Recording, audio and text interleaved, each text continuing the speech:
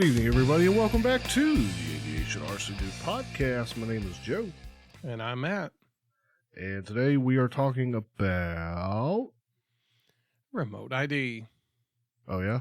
Yep, it's a topic on everybody's lips as a little over a month from now, as we record it, and I think we're going to release it in a handful of days, it's going to be a law in action, which means, and it's the part of the law that says everybody must have a broadcast remote ID unit if you're not flying in a FRIA, or if your aircraft is heavier than 250 grams. Even if you're flying in a FRIA? If you're flying in a FRIA, you don't need one. That's what I said. You need it if you are not, if you're heavier than 250 grams and you're not flying in a FRIA. You're not flying in a FRIA. Okay. You'd said or. Well, I mean, well, 250 grams. Or I suppose, I don't know. 250 grams is the weight limit that you need remote ID unless you're in a FRIA. And a FRIA is a federally recognized, what is that? Something which area. there's, very few of those right now? Insurrectionaries. No, they're getting better. It's not insurrectionary. Identification. That made me spit my water out. No, so apparently the AMA's has been working diligently, and they have a whole list that is being approved by the FAA currently. Mm-hmm. So it's basically all the AMA recognized, sanctioned fields are getting on the list, unless they're in some kind of weird situation. Now, I haven't been up on what all those are, but I think we saw a hint of that a long while ago.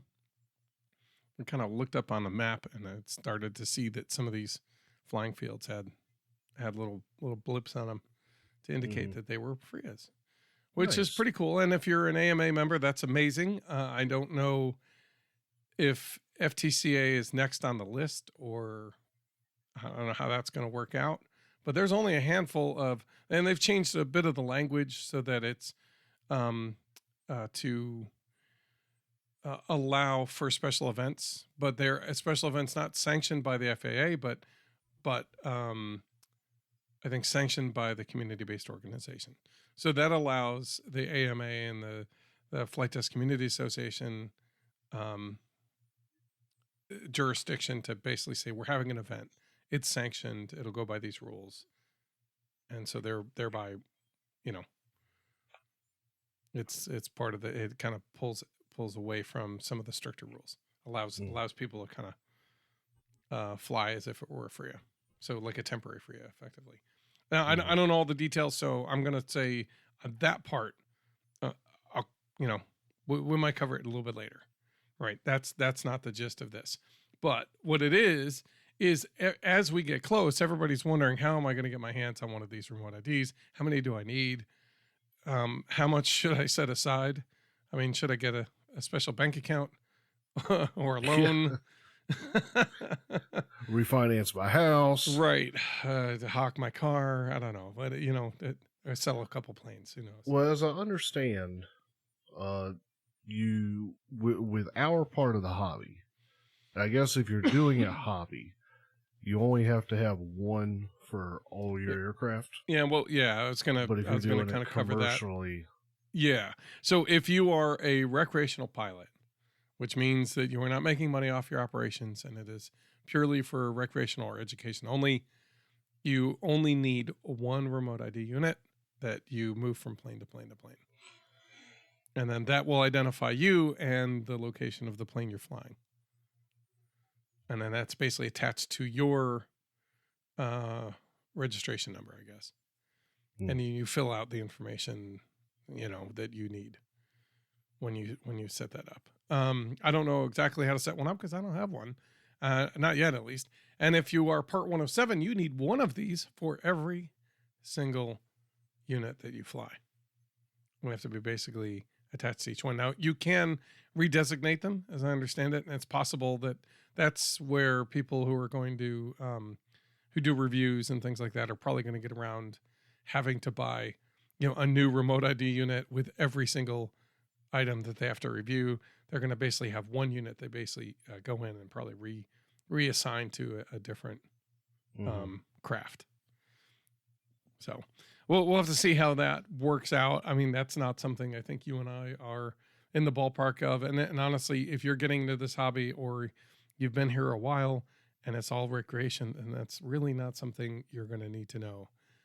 But it is something you should have an eyeball on because it'll kind of inform, how many units get sold, the prices of things. And hopefully, as we get further into this, some of these prices will go down, but some of them are not. Okay. But, before we get too far down this rabbit hole, yeah, sorry about that. No, it's okay. No, it's important. Basically, we have a list that I found. I was starting to compile the list, and then I got my new. I can't think of the name of the magazine that AMA puts out, but basically the magazine from AMA, Model Aviation, I think is what it's called. And somewhere in, I think, District 1, they put together, or District 10, they basically put together a whole list of the remote ID units that are available as of July. And there's a list of 16. So don't go away. Keep listening because we'll go through these 16 units, what Stay they tuned. are, how much they cost, who's kind of who's producing it, and what are the differences in some of the features, right? And none of them are anywhere near the $40 mark that the FAA quoted when they put together the remote ID unit. No, rules. of course. No, But- it'll be easy. It'll be $40. Don't worry about it. Yeah. Anyway, Technology that hadn't been invented yet. yeah, It'll be they have. cheap. Don't worry about it. Anyway, I'll try to keep my cynicism in my pocket as I talk about this stuff. I don't know. This whole thing doesn't give me a good feel. So, and I don't think it gives hardly anybody in the hobby a good feel. There are some benefits, and I'll talk about what I see as a side benefit of this, and it'll actually tie into one of the things that happened this weekend. So, let's talk about our journey briefly, and then we'll get into the remote ID stuff. Joe, what have you been up to in the last couple of weeks pertaining to the hobby? I know you've been busy, but I don't a thing. what? That's it. Not a thing. I kind of chopped that last word. I'm sorry. That's all right. I'm trying to think. 2 weeks ago, what was? I know, We right? talked about the servos. I really hadn't done much. Yeah. I messed with my 3. So I've more been working on some other things going on around the house in support of the hobby. How so? And then just in support of other things at home. That allow you to get to the hobby. Yeah, kind of. So I've got my 3D printer. I've not been able to print with it because my USB to micro SD converter apparently bit the dust. Because I plug it into my desktop and my desktop doesn't know that anything's there. So I don't have a way really to. Don't you get one with every SD card? Mm-mm. Micro SD? No. Okay. But also I didn't go and buy another micro SD. So I don't really, and I can't find my micro to full size SD converter right now. So Okay. I don't really have a good way to move files from my computer to my. I know. You can have mine. Here. Oh, thanks. I'll just reach through the internet and grab that. Yeah, exactly. Beam it over, Scotty. So I've been wanting to get Octoprint running, and I was running into problems with. I've got a little micro PC, just real low end specs, but it's enough to run some basic stuff. And so I loaded Lubuntu, which is lightweight Ubuntu, Okay. onto it. It's a Linux distro, and I got Octoprint installed and fired up and configured and everything, but I could not get it to recognize that I had hooked a printer up. Oh. It wasn't reading it at the USB device. It would if I used Linux is weird. So it's all command line, and I could list it I could list peripheral devices in the command interface, and I could see that something was there. I recognized the chipset as something I'd seen in the forums discussing this problem. But there's something with Lubuntu and its packages that it uses for information packages. No, it's more ease of access packages. Okay. I don't fully understand it, but I think Lubuntu comes default with some things for ease of access, and one of those is like a Braille keyboard. Okay. And something about that driver package, that software package, messes with, it blocks the particular chipset that the Creality printer uses. Oh. Is the best I can, yeah, like that's the best I can understand it. As people that were trying it, other people that were trying it. Yeah. So, plus, I brought home some wireless APs or wireless access points, and I want to set up my home network for wireless to have my main home Wi-Fi, a guest Wi-Fi, and an Internet of Things Wi-Fi. I'm starting to get enough IoT devices that I want to have them on a separate, an isolated network. Mm-hmm. Yeah. Like, that's smart. Know my Google speaker is listening to everything I say. I just don't need I don't need my Roomba or my smart plugs, sniffing my wireless traffic, Yeah. Excuse me. So, I'm working on that, and to do that, I've got the Ubiquiti Unify APs, and again, I know this is only tangentially hobby, but in order to control those and do anything more than like some extremely basic configurations, you need to have the Unify controller software. You can buy the hardware, but it's like $7,500. Or you can run your own server with their free software. So okay, I was working on getting that loaded up, and then there was a whole issue about they don't use like Microsoft SQL database or MySQL. They use MongoDB for its databases, and that's a whole. They use an outdated version of MongoDB, and Ubuntu, the more recent, like the most up-to-date stuff, doesn't support that version. So I had to load a whole. I ended up putting regular Ubuntu on, but I had to roll back to not a unsupported version of Ubuntu, but an older version of Ubuntu, so that it had the packages and all that I needed. So, long story on that is my access points are now working. I don't have the networks isolated yet, because that's a whole nother lesson in the routers and all. Though I am working on my N+ certification slowly, so we'll see how that goes. Okay. Which is networking plus through, I don't know if that's Cisco. Anyway, no, CompTIA. CompTIA does the N+. But in updating that also allowed my Octoprint to be on a Linux version that didn't have something blocking the USB drivers, and now Octoprint connects to my 3D printer. So my 3D printer is working again, in that it can communicate. It's just having first layer adhesion issues. Which... those are the worst. I mean, they're frustrating. Just because you're like, well, what? I can't even get 2 minutes into a print. I get 30 seconds. Right. and I'm having second and third layer issues. Like, it'll lay down the first layer, and then it'll just stop feeding it through. So yeah, that Sunlose stuff was bad about that for me. Yeah, I'm really disappointed, because I've used this stuff before, and it's that silk gray. It looks fancy. And I had great success with it last time. You kind of have a fix for that you're working on? I'm just trying with a direct drive, and because yeah, and that's a whole separate thing. But if you're, is there anything else you did with the hobby? I am emptying out the man cave in preparation for remodel. Nice. Okay. So that's important, and that's long. That's not something that takes a couple days, a couple minutes.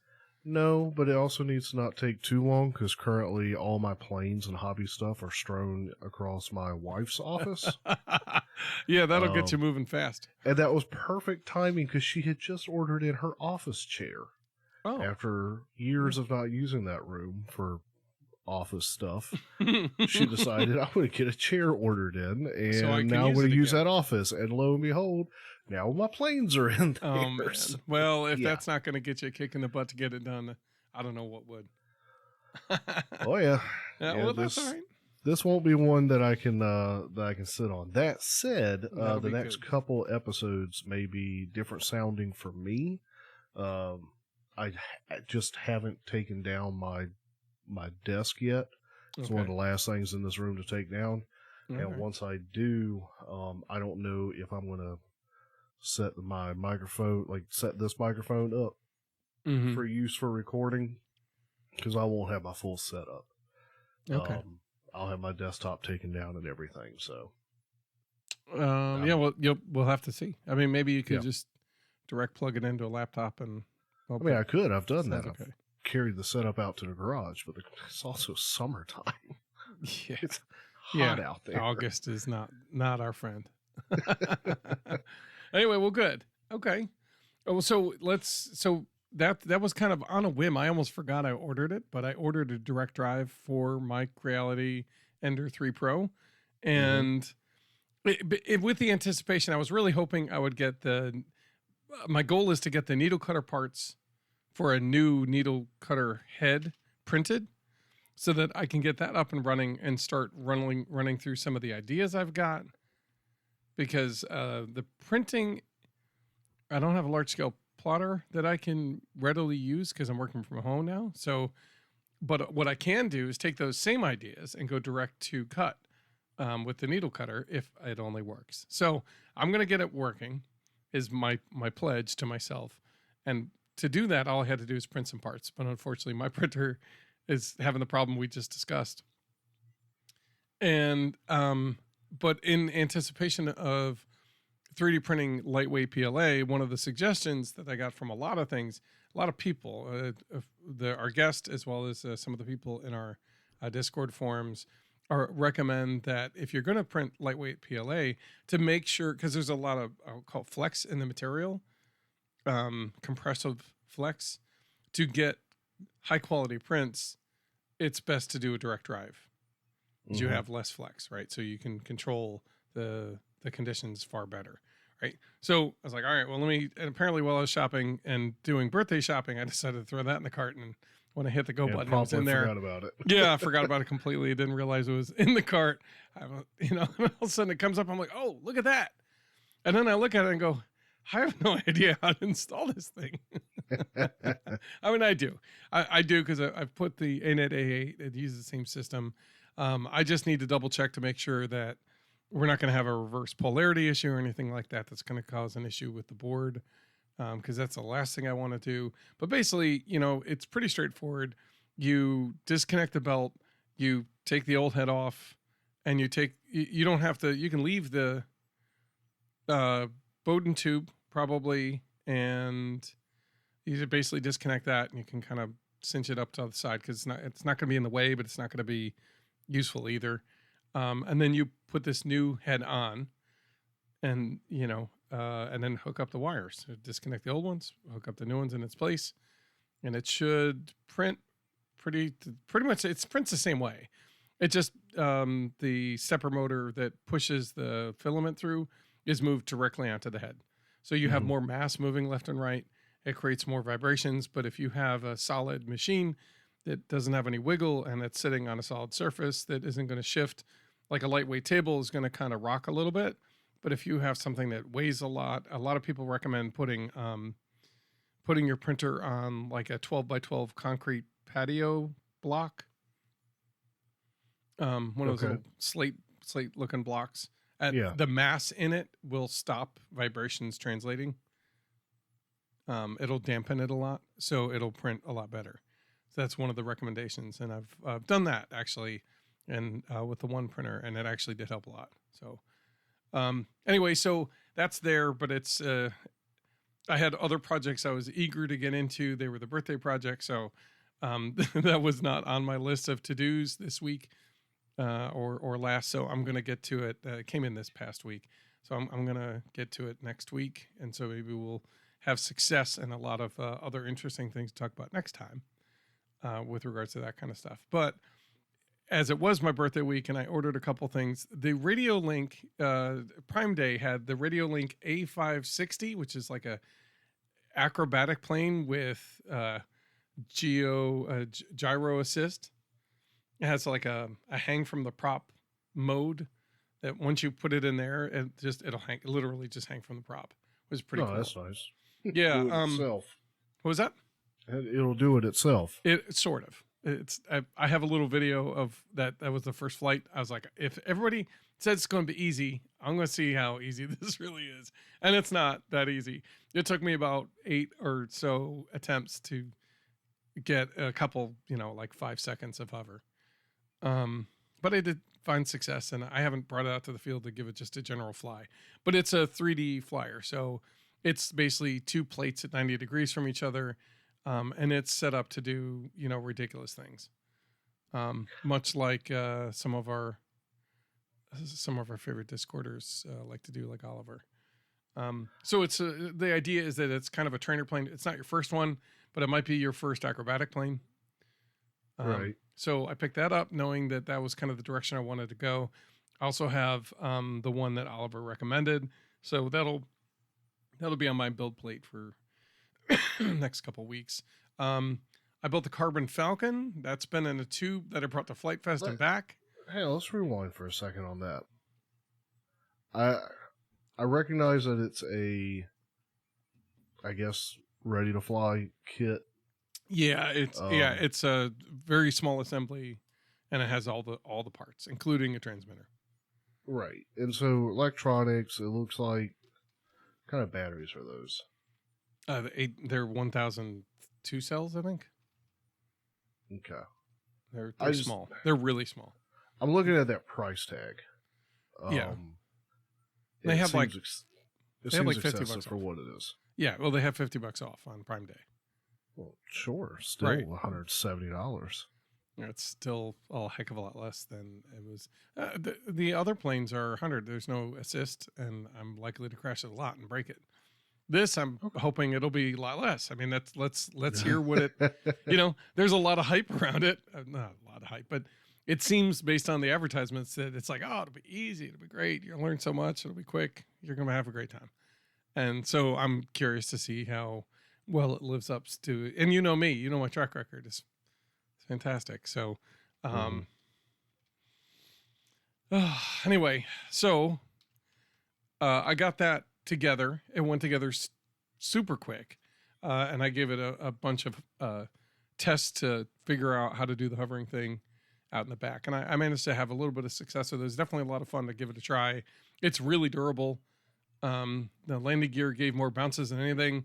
The foam, it's almost like that the craft foam that you get at the craft store, just really thick, so it doesn't flex as much. Okay. It's a weird kind of mushy, soft feeling foam. It's really how it holds its shape is kind of beyond me, but it's well put together, and when it's all done, it's easy to take apart. It's easy to put together. So I'm eager to kind of get out and do some more with it, but I had some other things going on. So that was one of the first things. I also had the Carbon Falcon, which was a kit that I got from Aloft Hobby. It was a recommendation from one of, I'll call it my forum buddies. He has one that he got in a giant lot from one of his buddies. I guess he got hey, I'm leaving the hobby because I'm older and I'm not doing this again. So here's a bunch of stuff. And then in that bunch of stuff, and he gave, oh, wait, you do stuff with kids? Here's some more stuff. So he had a pile of 40 planes or something like that. It was crazy. this Carbon Falcon was in it. And he said he's like, I love it. And it has a Prandtled action. So it literally warps the ends of the wings to do. I thought I was seeing some of that. Yeah, it's really cool. And it is really cool. It is also a flying wing. So that's pretty touchy. Like I can't get it to fly right yet. And I've already busted it. Apparently I need to go get a bunch of carbon fiber again. Really disappointed in that I couldn't get it at least flying a little bit before I got it going. But the kit was kind of a lot of fun to put together. It's pretty well done. I have the same kind of gripe that he had, which is the mechanism to put the kite sails. It's basically a glider, like a hang glider kind of material, kite sail, ripstop nylon. And it's these little like tabs, and there's almost like, little braces, the rubber bands that go on the braces. Yeah.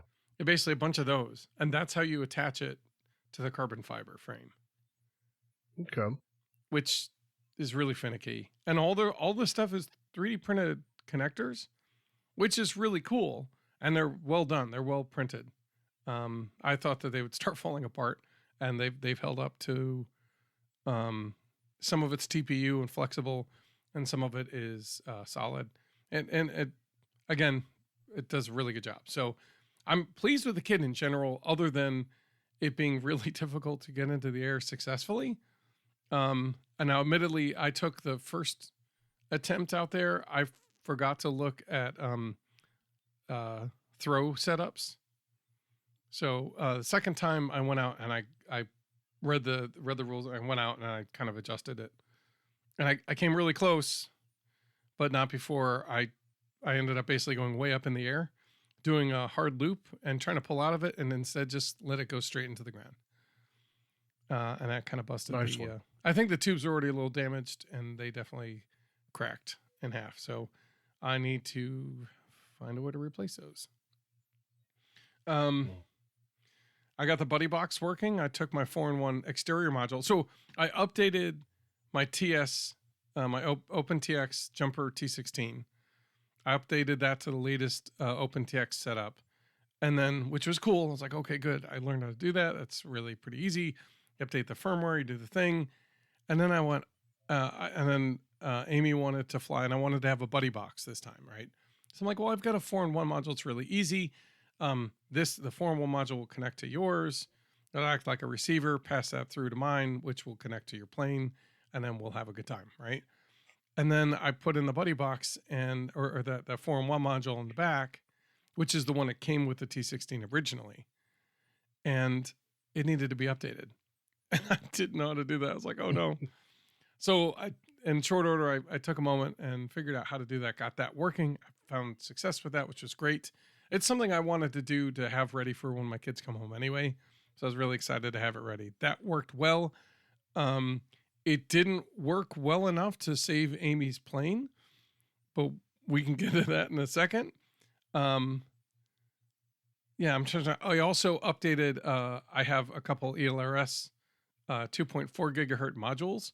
So I then downloaded the ELRS Lua script, which allows me to connect and basically talk to the box module on the back. So I took out the 4-in-1 module. I put in the ELRS 2.4 gigahertz module in the back. I updated the firmware on that and learned to flash that. And I did it to both modules. One of the things, as a side note, they don't really mention, I think they just assume that you kind of will. Make sure you are in a model that has the Crossfire external module turned on. Otherwise, the Lua script doesn't have anything to talk to because it hasn't turned it on. Okay. It seems stupid. It seems like, well, duh. But when you're trying to go back and forth and turn things on and off, I ended up basically bricking both of them and having to directly connect and use the UART directly connecting to the board of each one of those to connect. Now, there's a way you're supposed to do it through Wi-Fi, and you can, and I did later, but not before I did it wrong. All right, back up, because I'm not tracking. You bricked the receiver? There's a box module. It's a transmitter module. It basically takes the inputs from your transmitter. Yeah, it's like the 4-in-1 module. Turns the protocol into Crossfire ELRS protocol and sends it out. Right? That's essentially what it does. But you have to update the firmware in the box. And you can do it through connecting. You can do it by basically updating your SD card. You're using the LuaScript to basically download it. It also has a Wi-Fi, and you can connect to Wi-Fi and update it that way, which did not work for me. I mean, it did a couple times, but it didn't successfully update because the boxes I bought were a little while back, and I wanted to go. My OpenTX was 3.3.0, and if you were going directly from an older module and trying to go up to that 3.3.0 through the LuaScript stuff, it doesn't has a partition error thing, and you have to go download a partition thing and have it basically fix that, and then you can download it. And anyway, so what I ended up having to do is one of the bypasses, if that stuff isn't working, you can just hook it directly into your computer with a USB. Or one of the modules, I had to open it up. Basically, it has a USB connector, and you basically hook it up that way. Use the ELRS configurator, and that basically builds the file for your external module and for the setup for ELRS for the OpenTX that you're using. And you set up the passphrase, the information for your Wi-Fi so it can connect, and then you can connect to each other through Wi-Fi and a couple other things that you set up. It basically builds that file so it's part of the program, and then when you upload it or flash it to your box, the exterior box, it updates the information. Yeah, and then it's ready to use.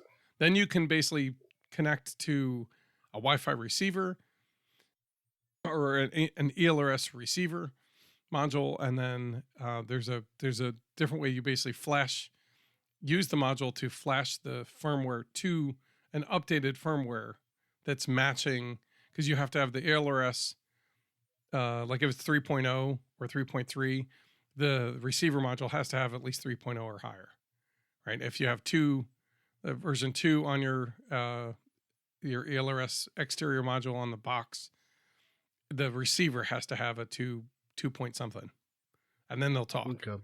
But the main levels, 1.0, 2.0, or 3.0, only talk to the same level on the receiver side. I'm trying to figure out what you bricked and how.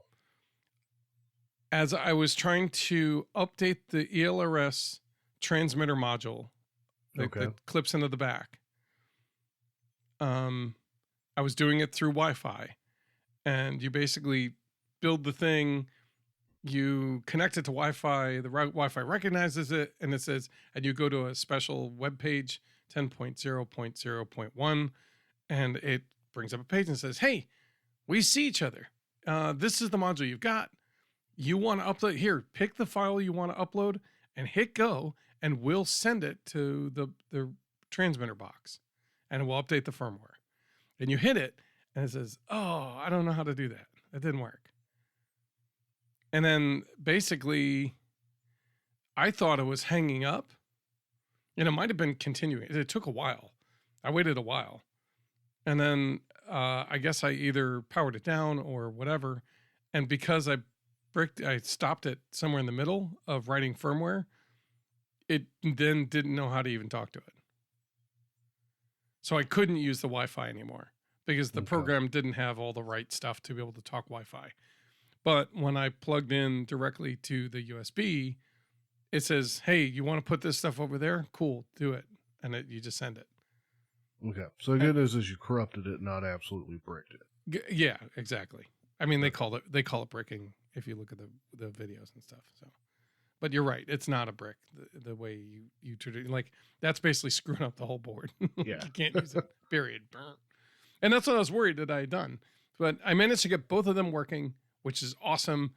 I also figured out if you go into the build file and open it up as a text file, the very first line has a descriptor in the top, and they're all described as Express LRS, which is useless if you have a Betaflight model or a Happy model or a radio link ELRS module, like if you've got multiple bays, like things in the back, they only like you have to use the Lua script that matches the make and model of the box you put in the back, the transmitter box.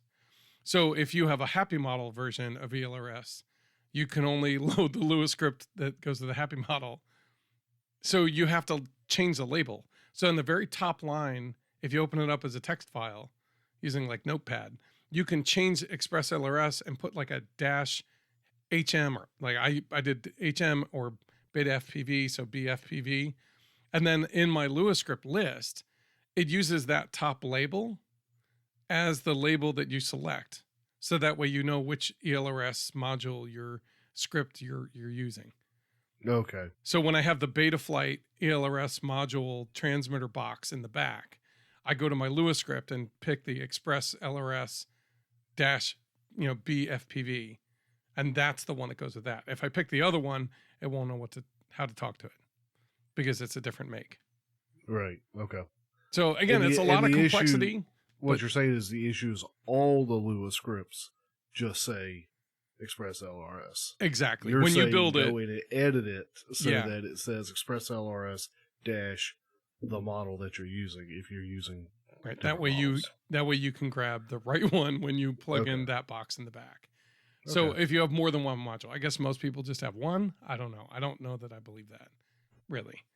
But what ended up happening is I got both of the boxes working. And so I'm almost to the point where I'm going to copy that SD card. I'm going to bring out, I've got the other Radio Master, and I'm going to update that OpenTX with all the new stuff. So it should have both models. That way we can have Buddy Box and Express LRS and stuff like that going between both the transmitters. So that way when Logan and Quinn come back from their mothers, we can go flying and there'll be transmitters ready to go. That's the long story of, hey, I'm just getting a bunch of transmitters ready to go Buddy Box and have my kids fly with me. Well, speaking of Buddy Box, my Turnigy 9X suddenly started working again. Oh, yeah, that was the other thing you did, right? Yeah. You said, hey, it's working. I remember that. No idea what I did. I just went through all the menus and flipped a bunch of options and put them back, and all of a sudden it goes, hey, I'm working, by the way. And I will strangle you. Well, the good news is it is working. And sure, until it decides to quit again. Well, hopefully it won't. And then the goal, I guess, is then to set it up with a Buddy Box so you're ready to go whenever. Right? Yeah, I mean, it was set up as Buddy Box. Well, then you should be ready to go now. Again. Sure, until it decides to quit working when I go out to the field again. Oh, my God. Yeah. That's the frustrating part about some of this stuff. Maybe you really have to go into some of the weeds in it. I'll tell you what, there's a number of good videos out there. I know Josh Bardwell's stuff is not the shortest, but it's thorough. And honestly, the Express LRS wiki does a really good, I mean, you just click on the left is a list of Express LRS transmitter modules, and you just click on the one you have, and it will go through step by step on how to get it running and how to get your transmitter to talk to it. So your OpenTX transmitter to talk to it. So that'll be good. So kudos to them. They did a really good job with that. That was a big help. Bless you. Thank you. I got the Piranha. I got the nut that was missing on the back of the motor. I ordered a new one. Yeah, it goes like that.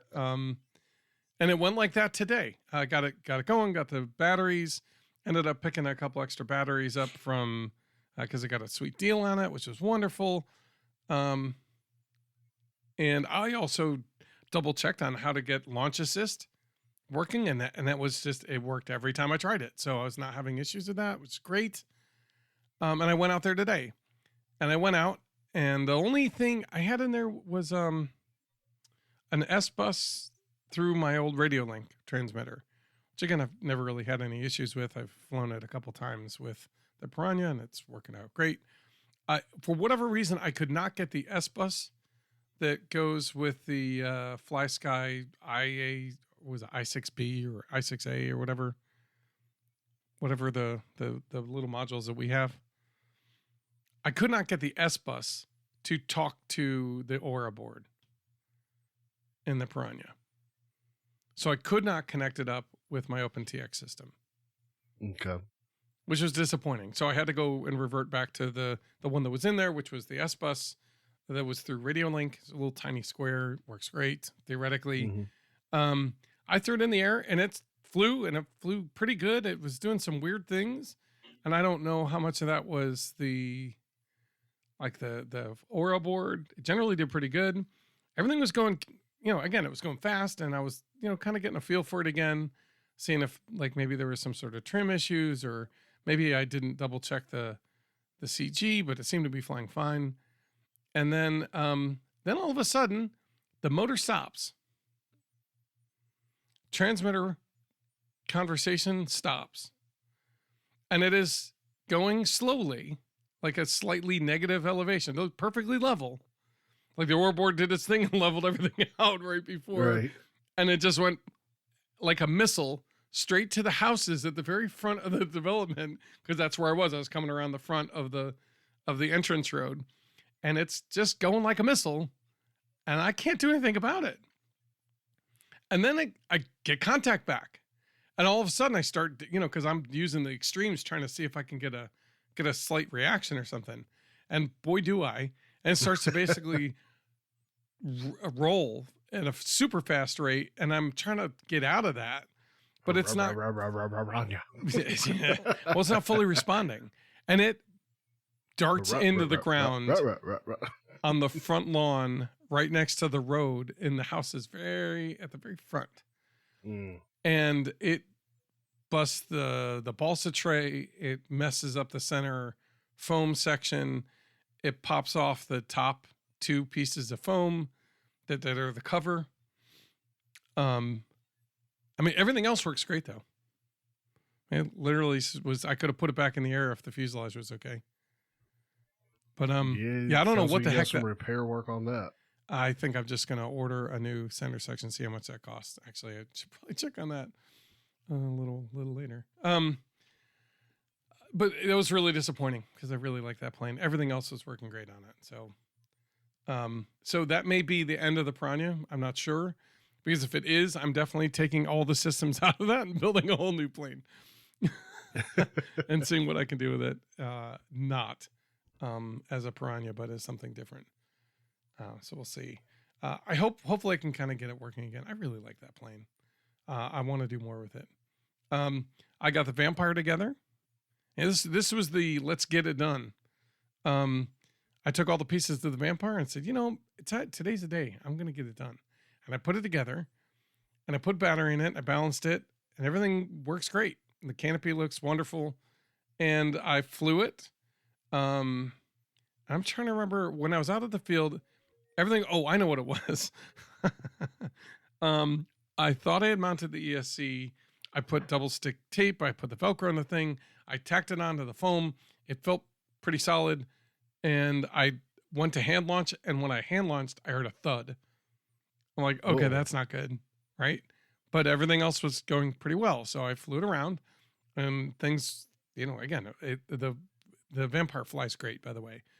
And then it sucked the ESC battery leads. No,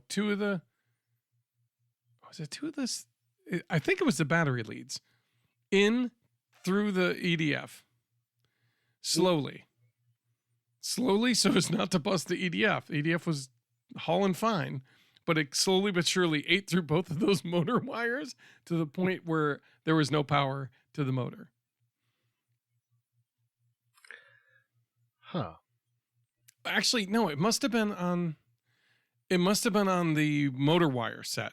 Two of the motor wires got eaten through almost completely. There was basically, the wire was gone. The silicone around it was the only thing holding them together in like a single piece, right? It's just the silicone.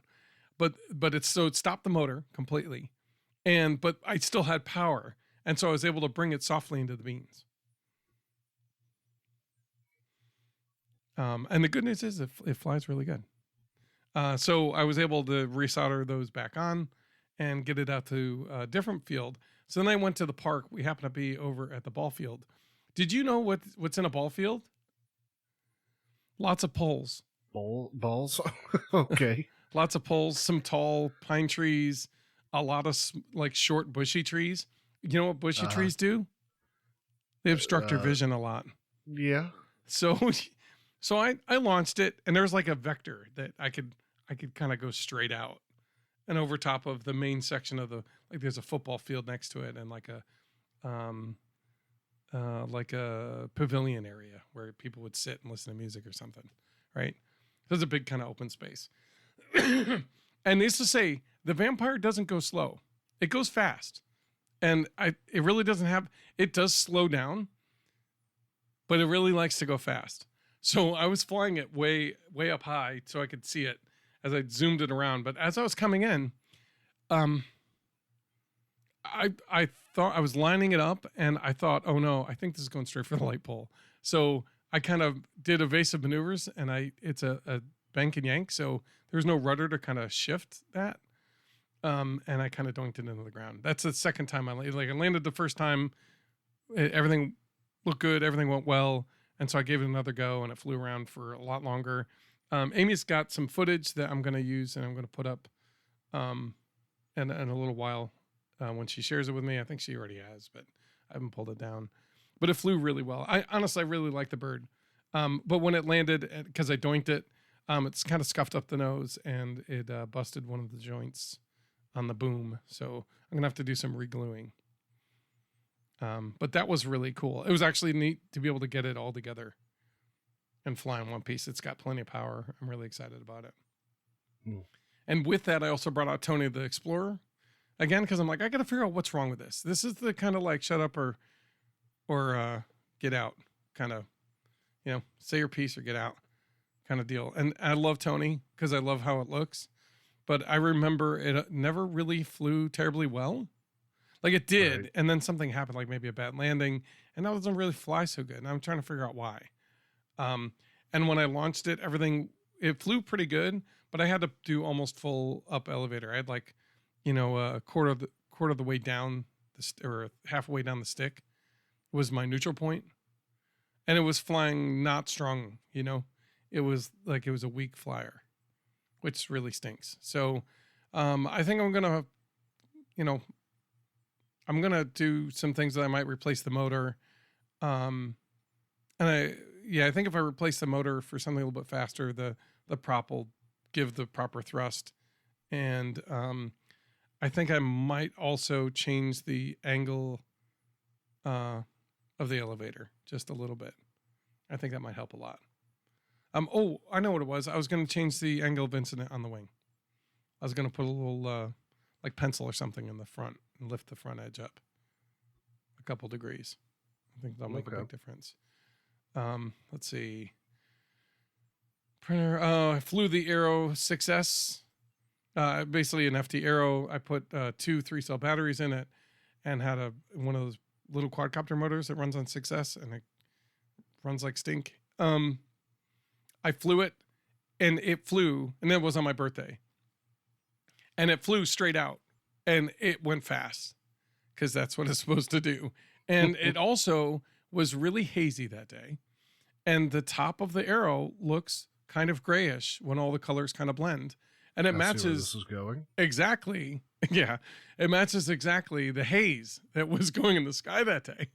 So needless to say, I lost it literally as it's just flying out. And I can't see it. And I wiggle the sticks and I move it around, and I am able to catch the bottom of it. But much like I really need to find a different method of discovering what's going on with my plane, because it basically started to nose down, and I did a rolling spiral down into the ground. And I tried to pull it up, and I did. I pulled, and I was able to recover it a little bit, but I was not able to pull it out of the beans, and it managed to land in the beans. Now, if you remember right, the same beans ate the 8-foot plane of the Sorcerer. Remember the Sorcerer? And I basically lost it. It like kind of circled around behind me, and I lost it in the beans somewhere in the middle of the field.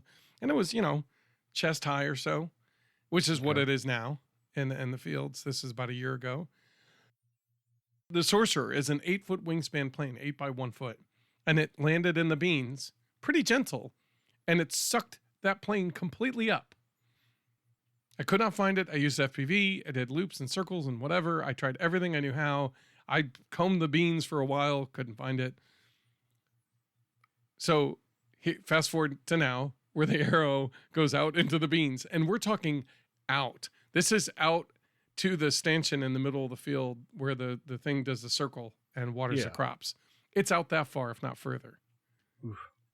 And I'm like, oh no, I'm never going to find this thing. But I have a solid line. Like, I have the line. So I run the line out. And I'm just sitting there going, oh no, this is my birthday. This sucks. This is not what I wanted on my birthday. And I'm going along, and I'm like out at the stanchion, again, the middle pivot point. I'm like, geez, please. And it's a little shorter. So I'm like, maybe I have a chance. I'm like, I don't have a chance. These beans, I can't even see my feet when I'm walking through it. Like, it's a complete solid canopy as far as you can see. And I'm like, man, I'm never going to. And then I'm moving the sticks. I'm like, the battery's not in the thing. I'm never going to be able to hear anything. And I hear beep, beep. Oh, no. And I went back. I went back. And then I put my transmitter down. I'm like, you know what? I owe that plane one more chance. It's my birthday. I have nothing else going on anyway. I mean, I have something to do, but like, this is what I came here to do. I'd be really sad if I don't give it another shot. So I run out that line, and I just keep going. And I have my transmitters off, and it's back. And as I'm out at basically at that spot, I turned around and went home, went back to the main, to the original, where all the stuff is. I'm back out at the pivot, and I hear beep, beep. I'm like, oh my God. And then I'm moving like my head back and forth like a dog. Like, huh? Left, right? No, left, right? Yeah, forward. No, a little bit left, a little bit left. And so I follow the beeping of the powered up, ESC that has no signal all the way to the plane. And I recovered the whole thing. Nice. Which was like, yay. It was like a birthday miracle. I was so happy with myself.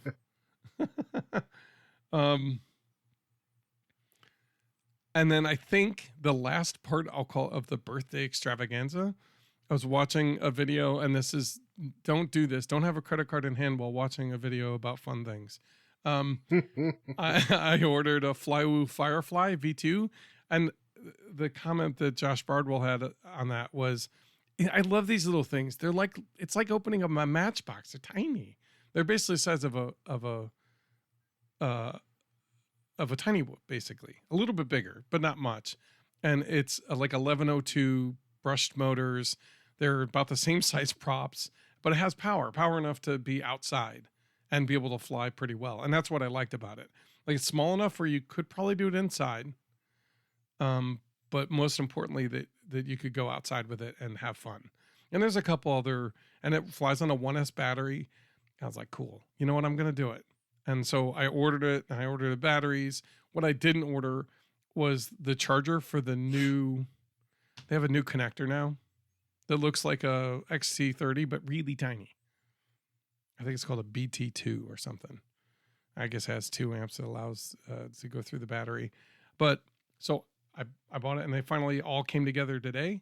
And that was part of the reason why I wanted to get the ALRS in there, because it has an ALRS module to connect.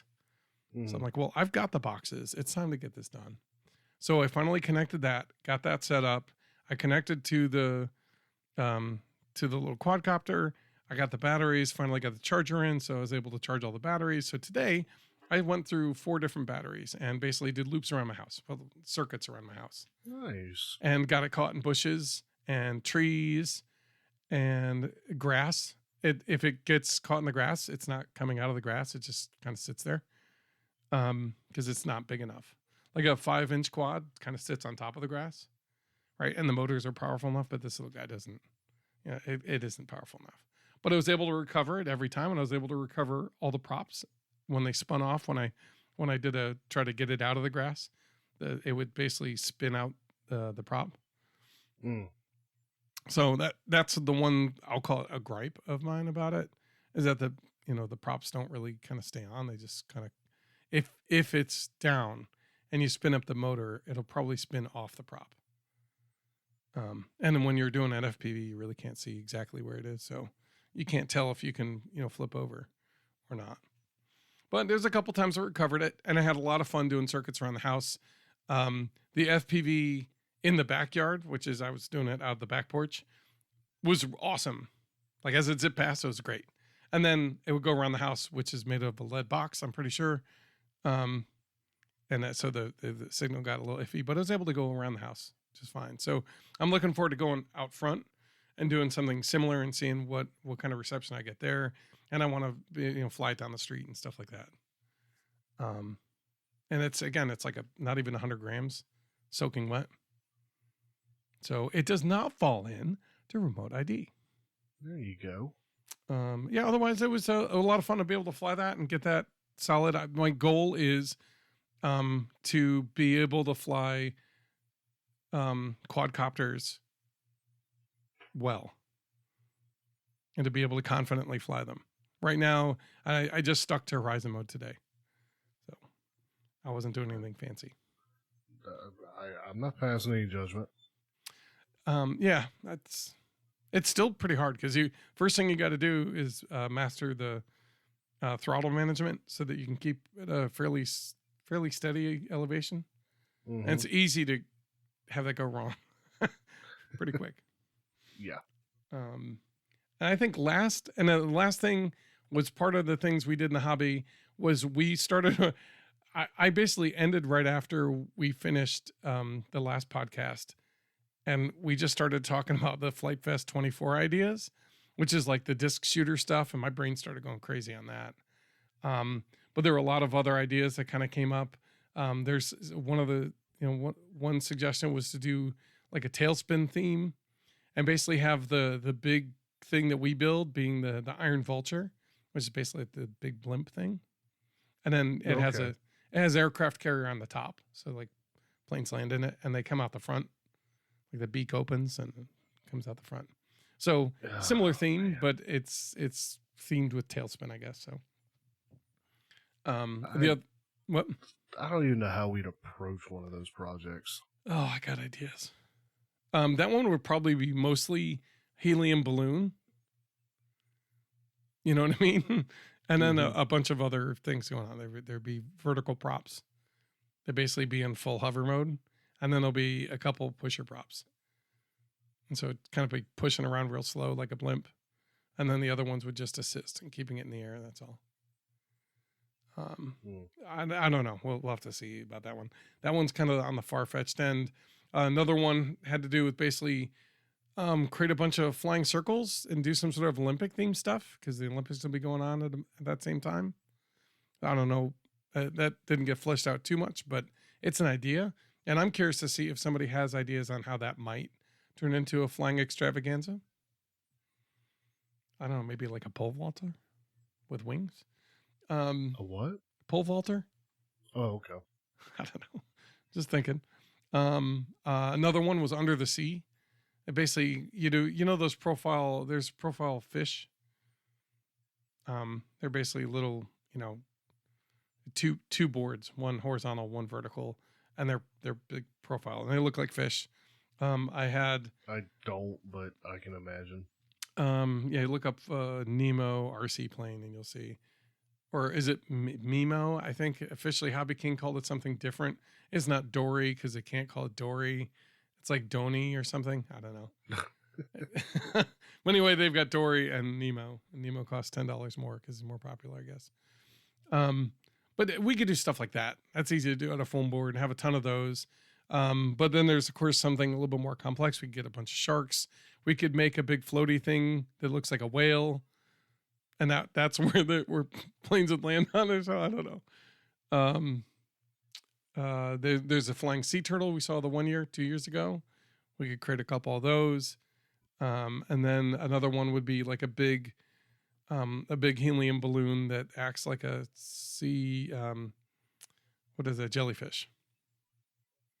Okay. And doing something like that. That'd be a lot of fun. So those are on top of the disc shooter idea. Those were those are the kind of big concepts. And we're curious. I don't know about you, but I'm curious to see, which ones you guys would prefer. If you can, we'll put a link to the Discord. If you haven't joined our Discord, join it. We have a category at the bottom of our list called Flight Fest 2024 Big Build Ideas. We'd love to have you come down there and share your ideas, and so that we as a community can kind of come together and make some really cool, just a lot of fun stuff for Flight Fest next year. And there's a lot going on. For me, this last couple weeks has been crazy busy. I've been busy just in other ways, yeah. No, I know you have. But for me, it was like, it was all hobby all the time. Like, I'm kind of jealous on that front. Yeah, man. I don't know. I kicked it in high gear this past couple weeks. Next couple weeks, it'll probably be, I cleaned the room, which is still hobby stuff, but it won't be yielding a lot of fun. Not until later, at least. Anyway. Okay. And well, do you want to take care of this one? Yeah, we could do that. It's a big. I'd like you to do it, honestly, because I'm about to talk about remote ID for like the next 24 hours here. Please spare me a minute. Well, first off, we want to thank our patrons who continue to support us and help keep the lights on every month, so we can keep coming back and doing this. And honestly, what's being used there is for the website, so we have the website up and running. Mm-hmm. So we have a few people that are signed up and give every month, and we greatly appreciate that. Yeah, thank you guys. What we would ask, and this is difficult for Matt and I to do, what we would ask, because we've always wanted this to be available and free and not, required for anything. So there's still no requirement here. But if you find value in what we're doing here as a podcast, head on over to the Patreon. Sign up for $1 a month. That's the only tier that we even have set up. It's less than $1 a month. Go ahead. Less than half a cup of coffee. Less than half a cup of coffee. Unless you're less McDonald's. Than half of a large drink. Yeah, exactly. From McDonald's. Anyway, no. For what we do. Yeah, where would they go? Patreon.com/aviationrcnoob. We'll have that down in the description. I don't want to harp on that too much because we just said we really appreciate it. Yeah. And we appreciate you listening. Who would go and sign up for that, nudge, nudge, each and every one of you. No, but really, honestly, thank you for, as we say in the end, we really do appreciate everybody who tunes in and listens to the podcast. It really kind of fuels some of this nonsense. Fuels a lot on the fire. So we appreciate it. And we have folks that support us through Patreon. We have folks who support us through other means. We've had motors sent. We've had tools. I think the guy sent you a box of tools. I think, was it Lee? Yeah, it was Lee from with Windcatcher. Yep. Sent you some stuff. So yep, he sent us some goodies. It was cool. Yeah. Sorry if that's a little awkward, guys. It's just awkward to talk about for us. Yeah, really, it's okay though. But so let's get back onto the main topic. Thank you, Joe, for doing that. I know it's not the easiest thing to do. And let's take a second for the moment of editing so I can go refill my water. All right, I'll go get something to drink too, because I'm parched.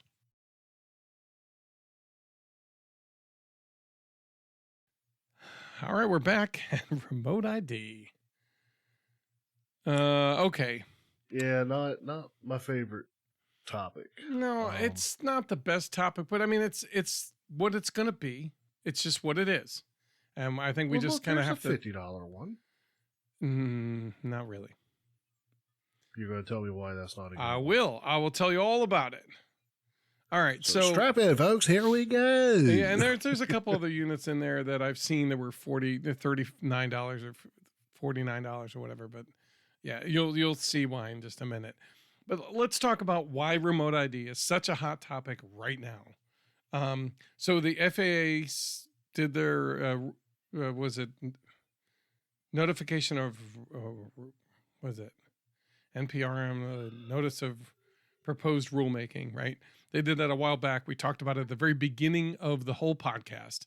That's kind of when they started doing it. Right when we were getting started. Yeah, right as when we got started, and we didn't want to make a whole big stink about the whole thing, but it was important. And then they had a whole year. There's a whole time. There's comments, there's reviews, all that stuff. And then basically everybody's like, oh, they listen to us. And AMA's touting about how amazing the relationship the FAA has. And every time they've said, oh yeah, we'll fix it. And it's for now, you know? Yeah, we're not, we won't be able to do this right now. You know, we won't collect anybody's data right now. Is all the responses were. All the responses were, we'll absolutely do those couple things that we're okay with doing for now. Because later we're getting that stuff. We're definitely doing it. You know, we have a thing we're going to do. Right now it's not feasible. So we'll work with you. But all of those things had the caveat of, we'll fix that for you for now. You know, but when it's possible to do the thing we want, guess what we're doing? We're doing the thing we want to do. In the meantime, they have basically the rules that were proposed and are now into law, or as part of the regulation, is that since December last year, manufacturers have been required to put on all of their complete package stuff, remote ID units. They had to have a way baked in that couldn't be tampered with of providing remote ID services from their products. Anything that was all in one or inclusive packages. So that's pretty much like a DJI drone kind of product, or Horizon Hobby ready to fly, where it has the battery, the transmitter, the receiver, the plane, all the control stuff, all of it's ready. Yeah, those kind of planes need remote ID. And it basically is mandated by the FAA that those manufacturers have that system baked in and ready to use. And the second caveat was basically a year later from the original date, which was September 16th, 2022. And so now it's September 16th, 2023. Recreational users will also be required to comply with the regulations of having remote ID in a couple fashions. There's three main rules. It has to be either under, or 255 grams or under, right? 2 sticks of butter. That's what it was. We won't get into the French ballistics expert in 1850 who came up with that rule, but 250 grams. Basically, if it's under that, then you are exempt from the requirement.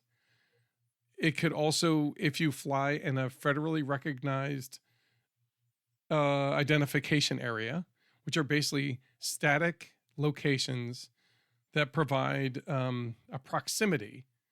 It basically says, if you're in this area and you're flying here, you do not need remote ID because they are already identified by the FAA as an area that has, UAS operations, which is unmanned aerial system operations.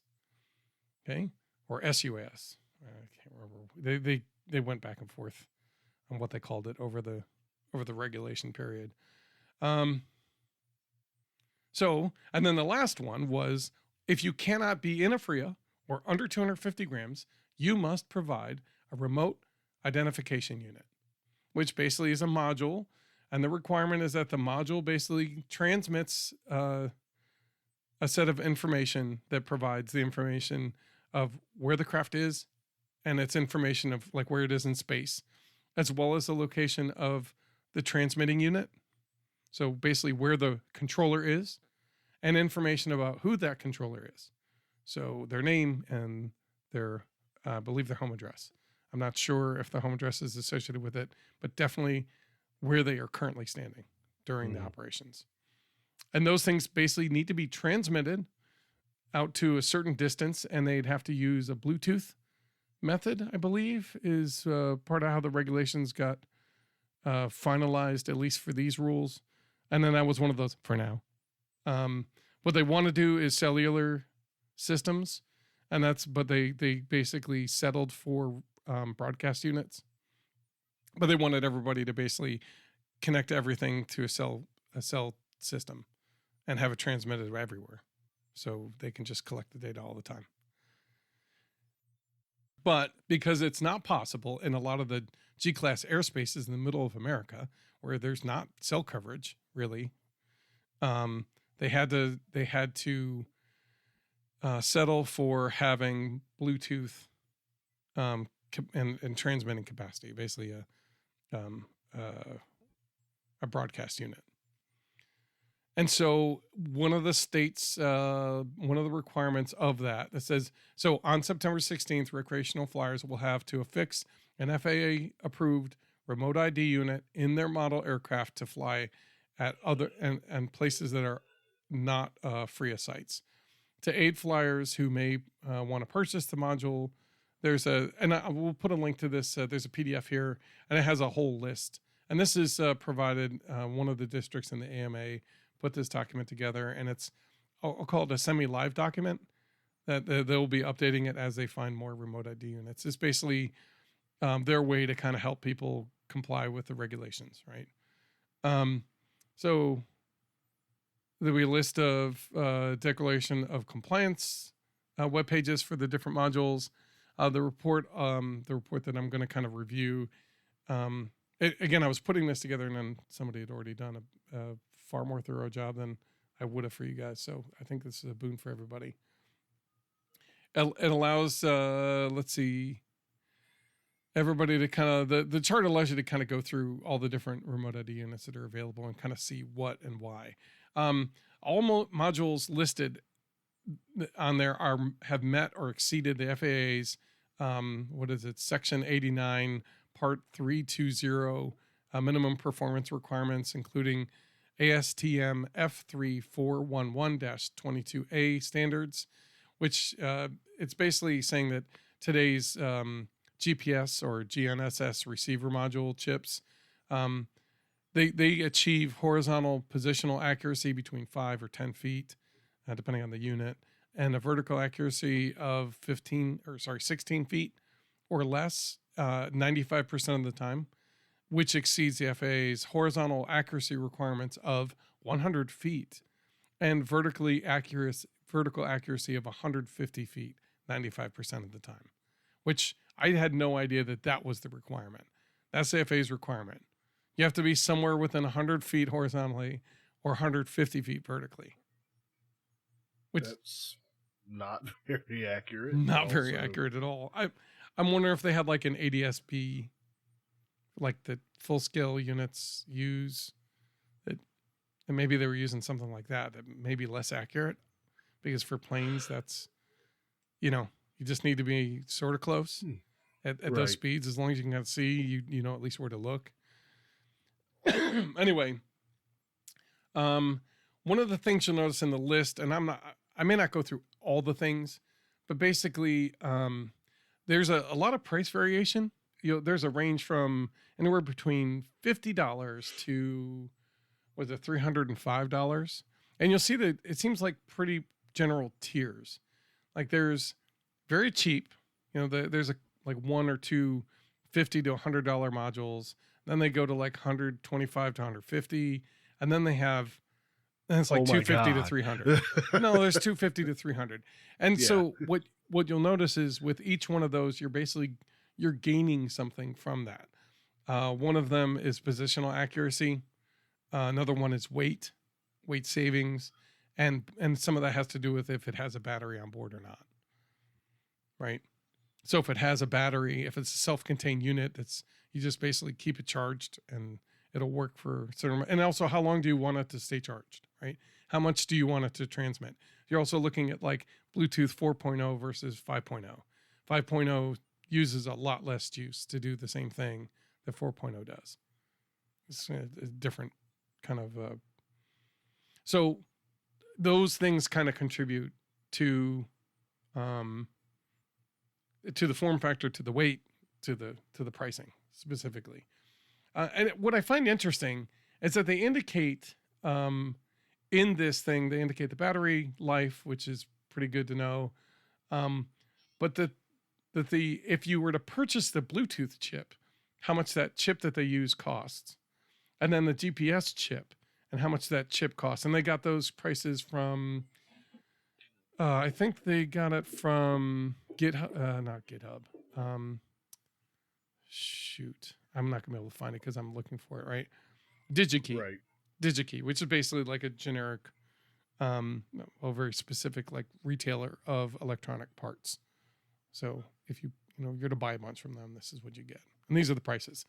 So that's where theirs comes from. What I find interesting is that the individual pieces of it, in the worst case, cost $20 combined. Yeah. Right. So the components cost $20, maybe 25 if you want to add a board and maybe a battery, right?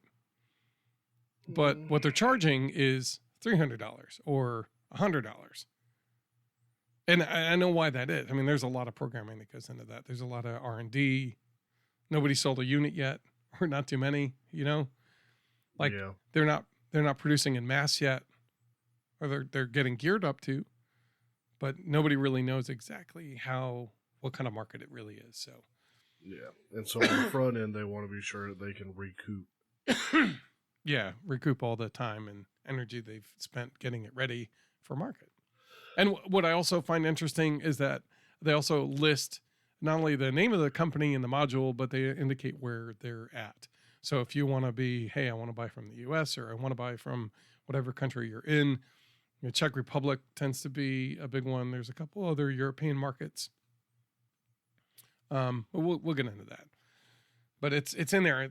That's what I find pretty interesting. But you can tell that those seem to be the big identifiers, the big steps are what Bluetooth unit it's using and what GPS chip it's using. And that'll tell you how accurate do you really want to be. All are compliant, but but they aren't all quite the same. Benefit. Well, yeah, I mean, if you want to have a 10-foot plus or minus, or do you want a 3-foot plus or minus? And that has to do with... It's not for my benefit that it's being accurate. But it can be. And that's what we'll talk about in a little bit. Don't let me forget that one of the benefits of having these units as part of your system of an RC is that you get GPS, because GPS is part of this. You can use that GPS to do things for you as well as for remote ID, right? Okay. So we'll get into that. All right. So some of the big ones that kind of came out first are UAvionics Ping RID, and they're out of Montana. They have a price point of $300. They're like a 1 by 1 by almost 2 inches. Weighs 21 grams. Again, all of these weigh almost nothing. I mean, 32 grams is the heaviest. So, if you're looking for like 1.5 grams, like there's one out there for you, and it's basically you're going to use it as part of an existing bigger system, right? Mm-hmm. But this remote, that unit is just like kind of a board that you add to a bigger thing. But if you want a standalone unit, that's one of the things. Ping ID is essentially a standalone unit. It's got a USB port. It's got some other connectors for battery, so you can give it long range stuff. Let's see, 20 grams USB-C, internal lithium ion battery, 740 milliwatt hours. Sorry. There's some LEDs to kind of indicate what's going on with it. And that unit, like I said, is $300. That's, I think, one of the first ones that came out. It uses Bluetooth 5, and it has the M8Q chip. Now, if I recall right, the M8Q chip is an older GPS unit. The M10 units are far more accurate. I think they use a lot less power too. So one of the things is their battery lasts about 2 hours, is what they boast, I think. One of the next ones on the list, there's a couple of them by Bluemark. And let's see, there's 3 different units. There's a DB121, DB120, and DB122 FPV. And so basically those three, they use the same Bluetooth chip. That's a ESP32-C3- WROOM, WROOM-02. But basically, they're using different GPS units. The first two are standalone, and they have an ATG M336H 5N31 unit. They both have that, but the last one, the 122 FPV, it doesn't have one because it's assuming you're putting it into like a quadcopter that already has a flight controller and a GPS unit, and you're just adding remote ID to that. It's going to grab the information from your system and then broadcast it with a Bluetooth unit. And so that one's relatively cheap. It's $76. It weighs 4.5 grams. It's 1 by 1 inch. And you have to power it, so it doesn't have battery, and that powers most up to 15 volts. So most I think it's 2 to 4 cell LiPo. Okay. However, and it's using Bluetooth 5. All of them on the module is using Bluetooth 5, which basically keeps the power usage down. The DB121, you get power from your whatever you're pulling from, but it has a Bluetooth and it has a GPS already in it. So that's the kind of one you would want to use in your drone, or not your drone, in your plane, where you're typically not going to have any of that stuff in your system. You're just kind of adding it to it. That's $120 or $118, weighs 11 grams, and it's 1.5 inches by 1.5 inches. Again, you're going to have to plug it in your own battery. But if you want to completely stand alone, where literally you just charge it up and attach it to whatever you're flying, they have one that has a battery on board and it lasts 3 hours. And it's similar. That's the 120. So 120 is self-contained. 121, you have to plug it into the local battery, but it has all the other components for compliance. And then the 122 FPV assumes you have all those stuff already in your model and you're just adding the broadcasting capacity. Okay. And then so that initial standalone is $140. So that's from the Netherlands. That's Bluemark. Okay. And again, we'll have a link to this document, and the document has links to all the individual things. I also provided down below some of the pictures of the individual units. You can see that they vary in size. Most of them are still pretty small. You'd have a hard time not fitting them in an RC plane. Let's see. Drone D from United Kingdom has AeroPing. The United Kingdom is kind of following suit. Their FCC or their FAA, which I can't remember what they're called there. They're kind of following suit. They're going to require something very similar. It probably will have some slightly different requirements, like what they broadcast, but it's going to be the same kind of deal. It's $160.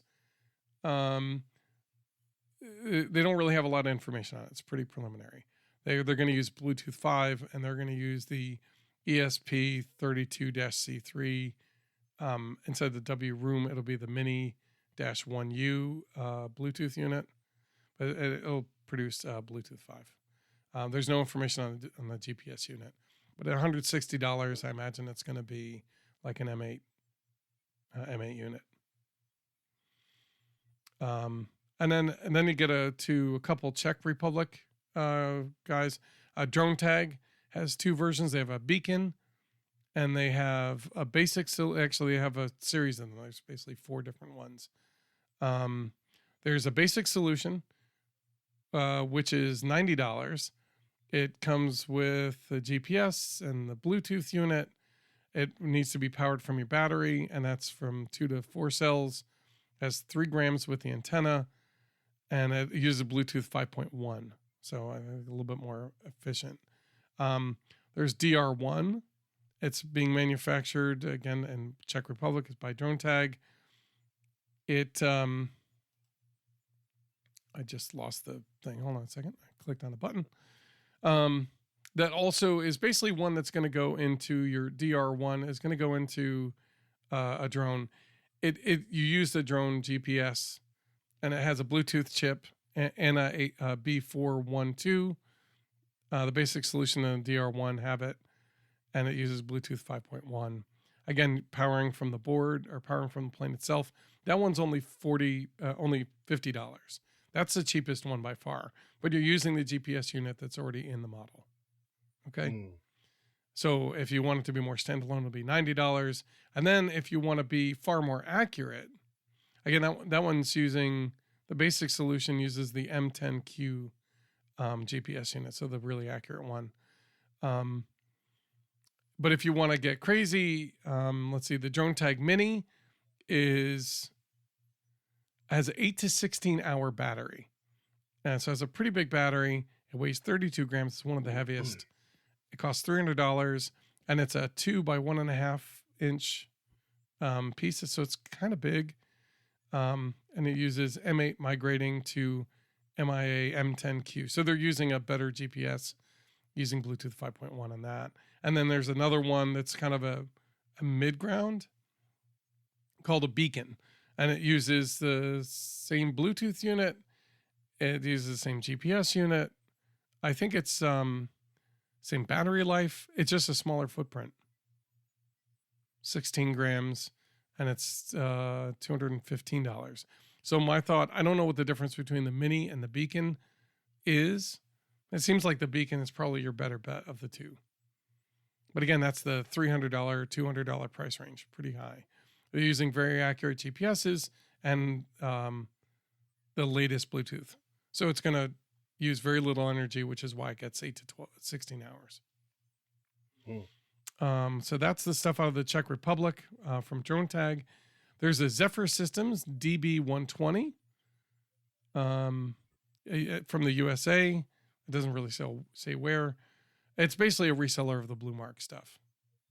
I thought that looked familiar. So they're reselling the DB120, and we don't need to go through that. We just went through it. So they're reselling it at $305, which is twice the price. Incredible. Okay. Poland. Poland has Aerobits ID-ME. It's not FAA compliant yet, but I think it's meeting European standards, and it just needs to go through the FAA process. But considering it's using an M8 unit, and it's using SP32 series Bluetooth, which is 5.0, it's going to have the same. It's going to meet and comply with FAA likely. It costs $106. It weighs 4 grams. It's 1/2 inch by 1.25 inch, and it requires 5 volts to power it. So you can power it off of your. What I like about that is that means that you can power it off of your receiver. Yeah. Well, which is pretty cool, or an ESC, BEC, or something like that. Like if you have two motors on your plane, you can have one of the ESCs use the power to go into the remote ID unit, and the other one to go to the receiver.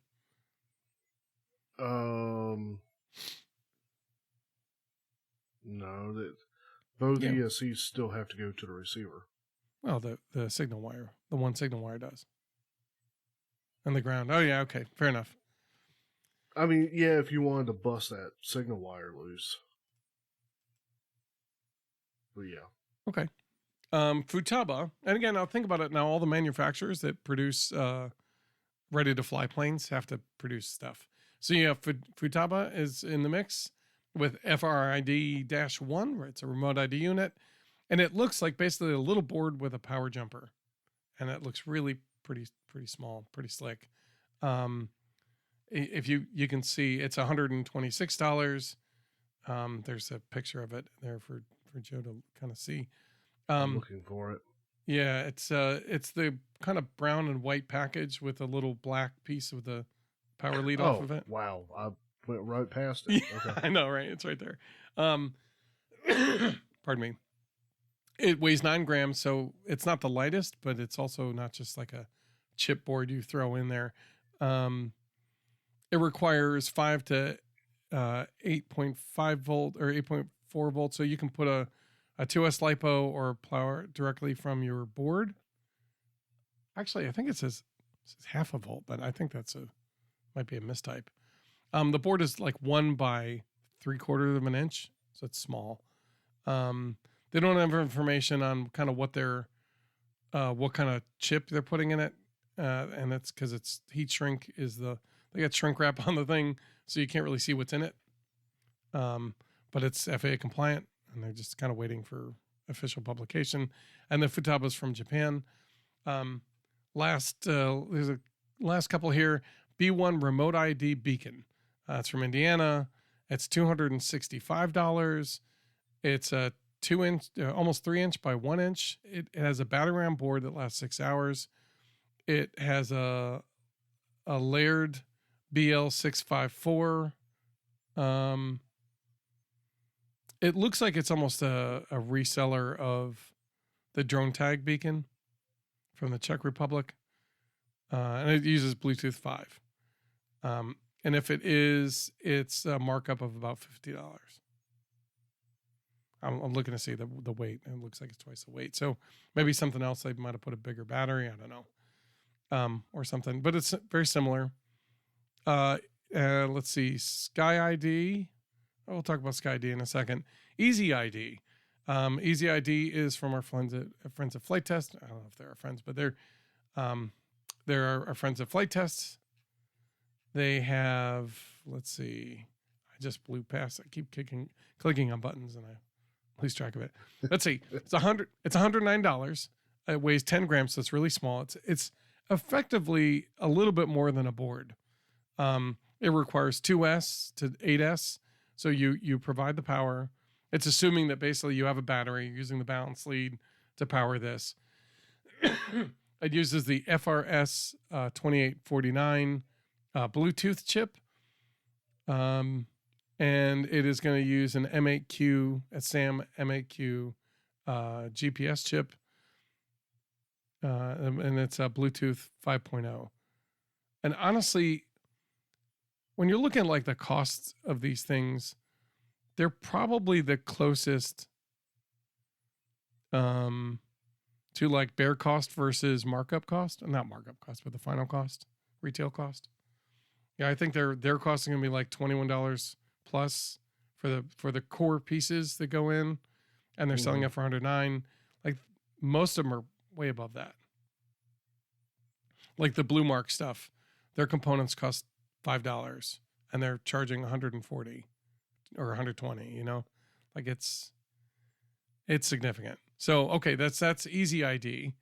And one of the things that I heard from somebody who was at Oshkosh and asked questions about it, one of the things that I guess Flight Test is looking to do with that unit is to then also put a logging unit in there. So that way you can go, if you lose your plane, it'll then transmit that information back that you can review and use that to help find your lost aircraft. Sure, but Bluetooth, even Bluetooth 5, doesn't transmit far. Bluetooth is a personal area network. It is. Length. You gotta get within like 30 feet. Well, no, the whole point is these things have to, I think the range had to be like 100 feet plus. I'm not sure, but they have to broadcast a certain distance. Okay. I may be downplaying Bluetooth too much, but Bluetooth doesn't reach that far. So you'd have to be already pretty close to the plane. Yeah. Well, I mean, unless you're going long range, you're not going to be terribly far from it. I guess it's going to send that information also via telemetry, right? Back to your plane, or back to your the transmitter unit. I mean, if you have some way to backpipe it through the almost all receivers do, right? Like they don't usually get a lot of information, but if there's a way to get information, they have a method of getting it back. Both receiver and transmitter are essentially transceivers. They do both, really. Yeah. They just primarily do one or the other. That's all. And then a last one on the list here is Sky ID, which is FreeSky's Spectrum, like Horizon Hobby and Spectrum work together to come up with Sky ID. So that's the thing when you buy a Horizon Hobby plane, when you go to basically all of the hobby shops have Horizon Hobby. So what you'll do is when you go there, if you buy an all-in-one or a ready-to-fly unit, it'll come with Sky ID probably. And that is, they say it's going to be under $100, which means it'll probably be $99.99. But honestly, that surprises me with Spectrum's name being on that. Right. Well, right, and there's no information on it really. They just say it's coming and it'll be under $100. Which okay. I mean, that'll be great. There are a few things you get from Spectrum under $100. So we won't get into that. We won't get into that. We'll leave that one right where it lies. That's a very apt observation, Joe. I appreciate it. There's a certain somebody I'm looking at when I say that. Stop looking at Tom like that. I'm kidding. All right. So, I mean, that's the list. That's 16 models. Again, there's about, it looks like 12 or 10 companies. You got Drone Tag, you got Blue Mark, U Avionics, you got Flight Test, you got Horizon Hobby Spectrum, Futaba, and there's a couple other guys in there too. And I'm sure this list will expand, and I'm sure the prices will change as larger quantities get developed, or maybe they won't go. Yeah, but it might normalize a little bit better. But you can see that there's certain tiers, right? Like if you're using an M10Q unit for the GPS, which is a much better GPS, or if you're using Bluetooth 5, they tend to be more expensive. Not always, but they tend to be. So take a look at this chart. Take a look at this PDF. It goes through it in pretty good detail, I think. I think they did a really good job of kind of giving you the information that they found, right? And that's the other thing is like, do you need to power it? Do you want to power it from your system? How easy do you want it to be able to pass from unit to unit? Some of them come with their own cases, and make it real simple. Some of them are pretty much bare boards with like a micro ID, a micro SD chip, and a couple connectors and some antenna, like some of them are really bare bones. Some of them look like almost like a USB dongle with a USB B type connector. You know what I mean? Like that's what Aerobits looks like. Almost looks like a little extra receiver unit, pretty much. The package from the Futaba is huge for the little tiny thing that's going to be in it.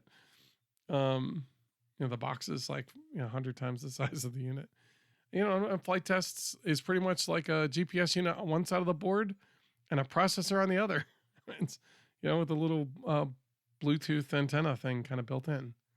That's pretty basic stuff. The boards don't have to be complicated. No, they don't. And then it depends on if you want like a connector on it or not. I'll probably sell two different versions of it. So it's like, do I want it easy to connect or do I want to solder it? Like if you're building a drone, like if you're building a quadcopter, you'll probably solder it. It's not a big deal. It's something you're going to just put in there. But if you're like, if you're running airplanes and stuff and you're moving it from model to model, you're going to want a connector. You just basically have a connector in each one of your receivers or whatever. Right. That kind of deal. So, yeah, it depends on what you want to do.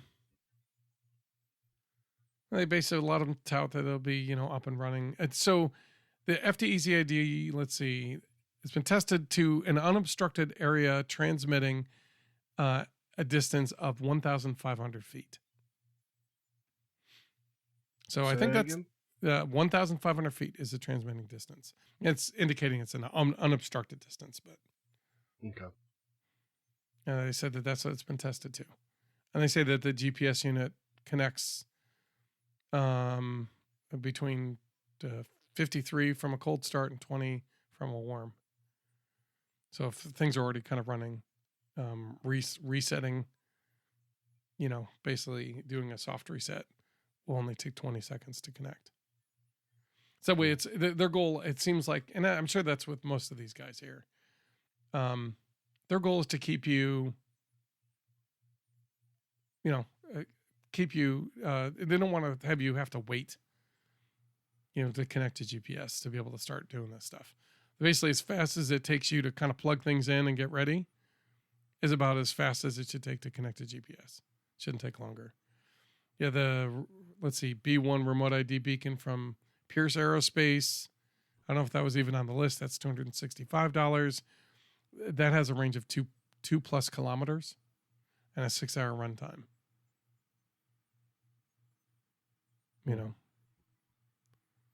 So yeah, there's a lot going on. It's exciting. It makes a lot of people passionate one way or the other.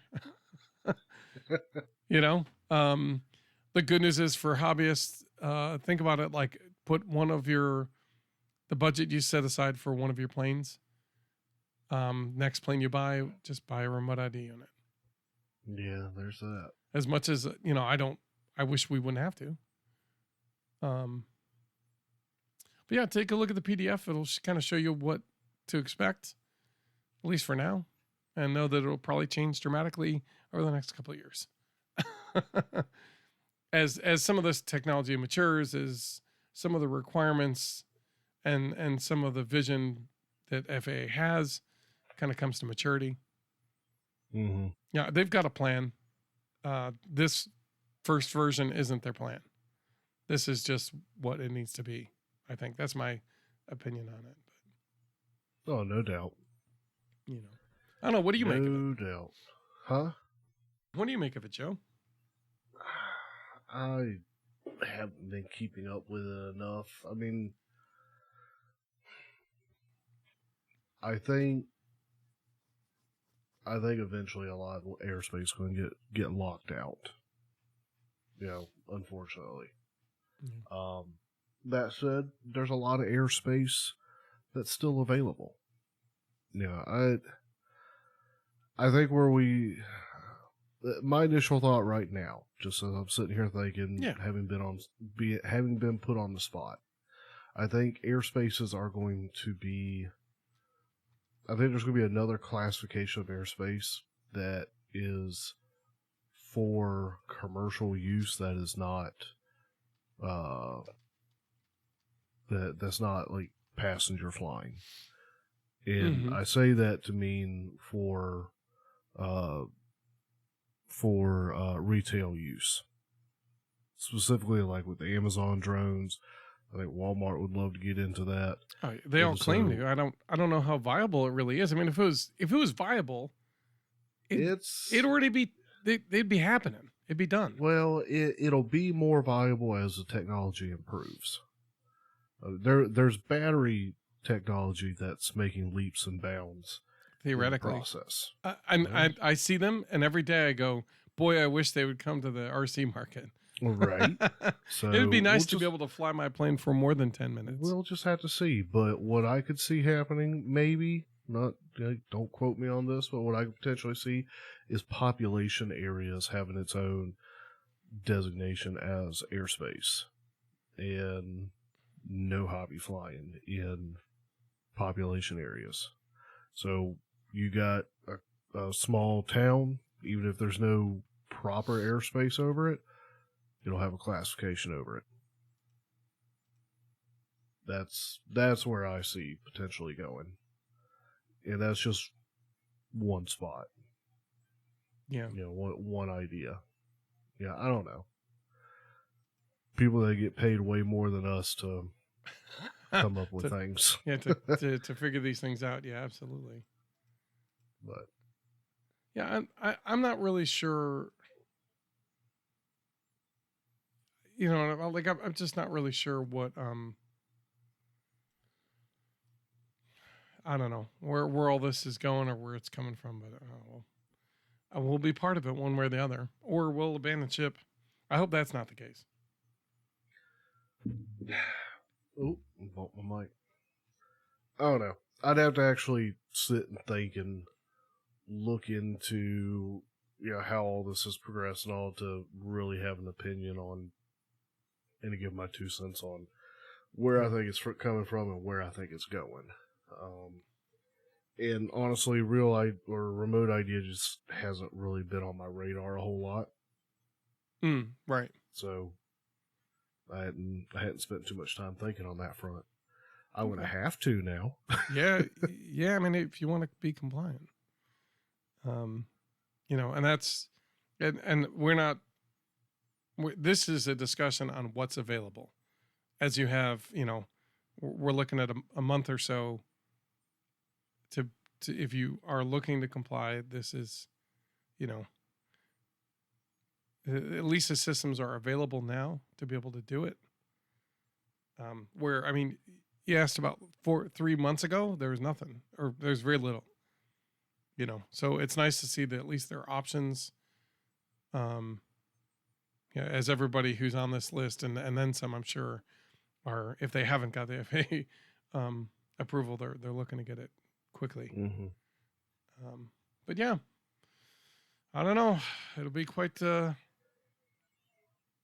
it may turn the way of the CB, where there was a moment where the FCC said everybody needs to, be part of a club and take the thing and do a test. And, you know what I mean? You can't be using these things willy-nilly. And I don't remember. It was before our time. Oh, but, okay. But CBs were the way to talk, right? That's the part of the FCC jurisdiction. Oh. And after a while, people are like, I'm not going to do any of that crud. There's no way. I'm just going to do the thing. CBs are easy. Pick up the thing, breaker, got to do hickey. Yeah. On the 1.9er, everybody's like, oh, great. And they're like, oh, did you get your certification? No, I didn't. Just picked up the darn CB and hit the button.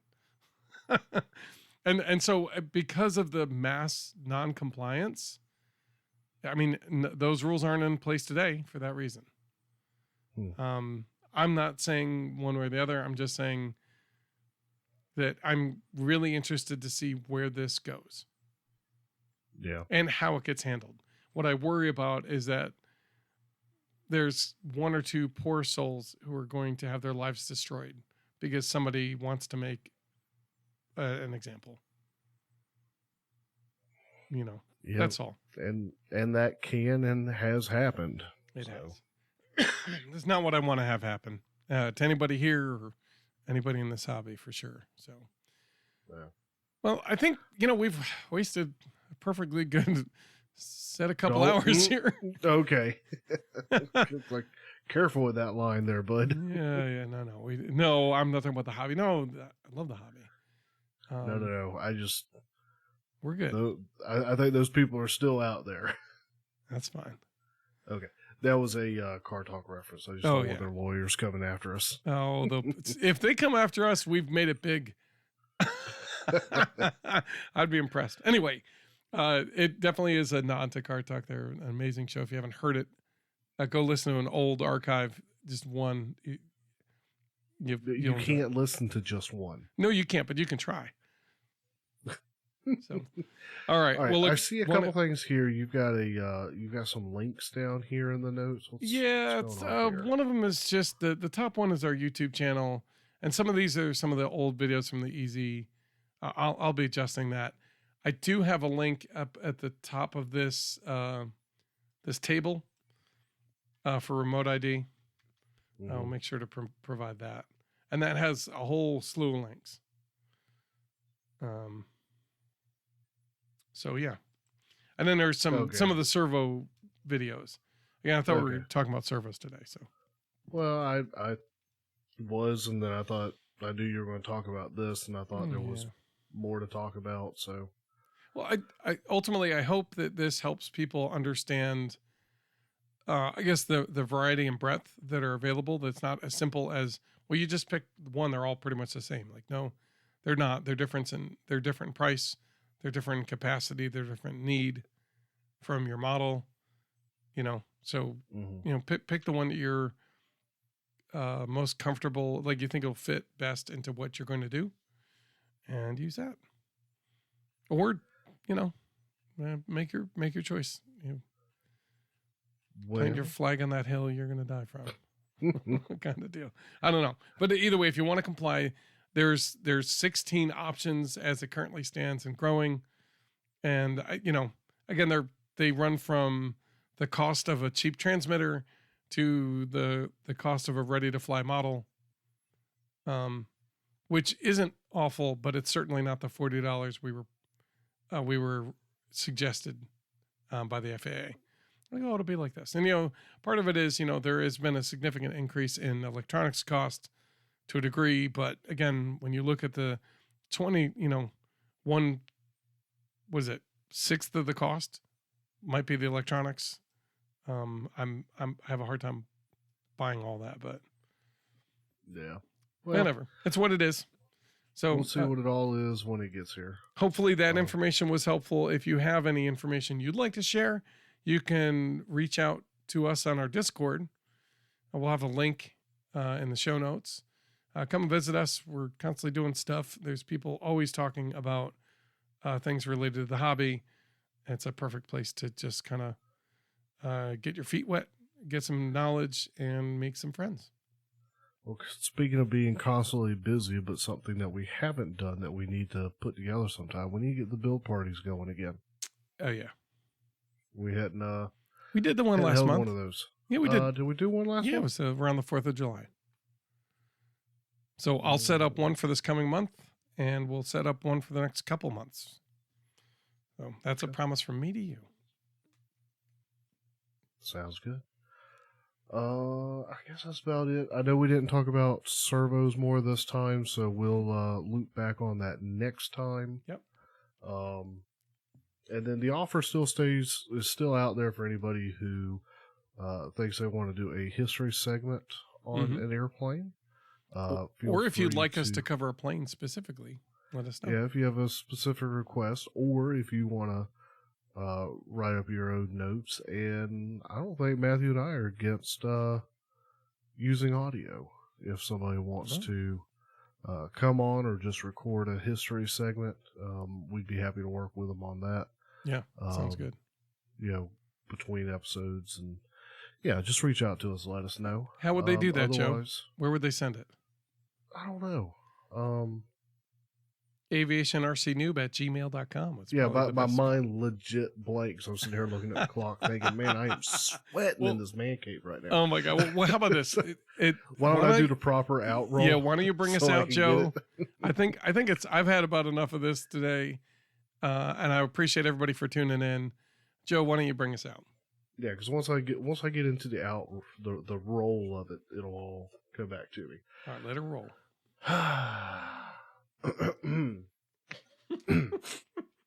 Clear to throat. Don't choke. All right, guys, as always, thank you for tuning in and listening. We hope you enjoyed listening to this conversation as much as we've enjoyed having it. If you have any thoughts, comments, concerns, questions, anything else, I keep trying to add to that list and they never come to me. You can reach us at Aviation. No, don't give us rumors, please. Gossip. Oh my God, we don't need any of that. Where should they send? aviationrcnoob@gmail.com. You can reach Matthew at aviationrcnoob, or you reach me, Joe, at aviationrcnoob. Joe at aviationrcnoob.com. Yeah, you got it. Boy, you could feel check free to swing by the Discord server. Right. Yeah, feel free to swing by the Discord. Link will be down in doobly-doo. Or you can go by our website, aviationrcnoob.com, and check out the little bit of stuff that we have over there. I know Matthew has grand plans that I'm not may the only one one day with grand plans. come to fruition. Oh, who else has them? You're supposed to have a bunch too. Oh, am I? Yeah. I got some of my stuff up there. Where's your stuff? It's coming. Okay. It's going to be written in Matese, which is a totally different language. It's however I type. It's terrible. It's not quite English. It's not quite not English. I will proof it before it goes live. Don't worry, guys. But if you got nothing else, Matt? No, I don't. All right, guys. We're going to get out of here, and we will catch y'all next time. Bye.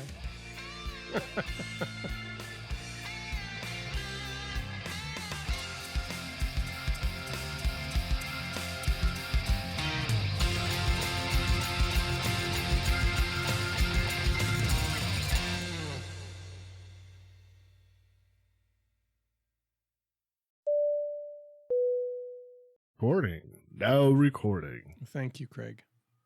Joe Bot. Yeah, I forgot to talk about Amy losing her.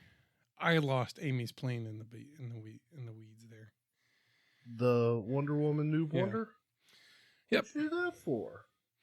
Not on purpose. I had Buddy Box. I'm in control. Or I thought I was. And then I think the battery pulled out.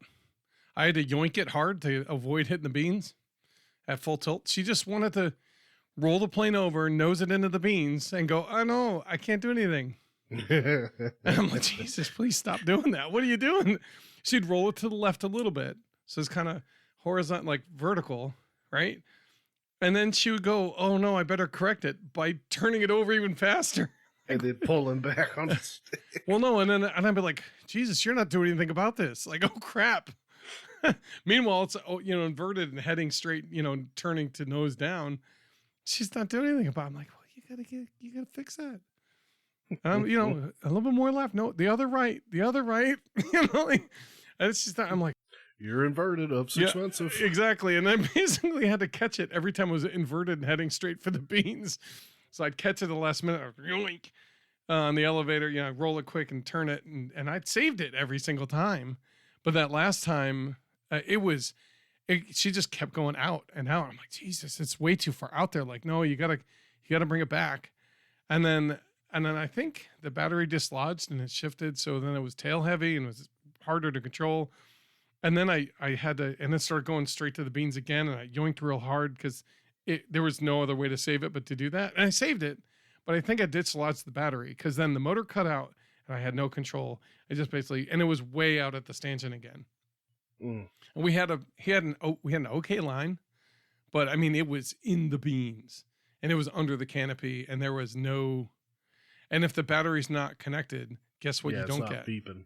No beeping. So yeah, it was bad. That's where you need one of those RC locators that the guy was talking about. I have one. I forgot to charge it up and bring it with. And that's what he said. He goes, that's the one thing that's bad about these things is you have to keep them charged and ready, and it's a mess.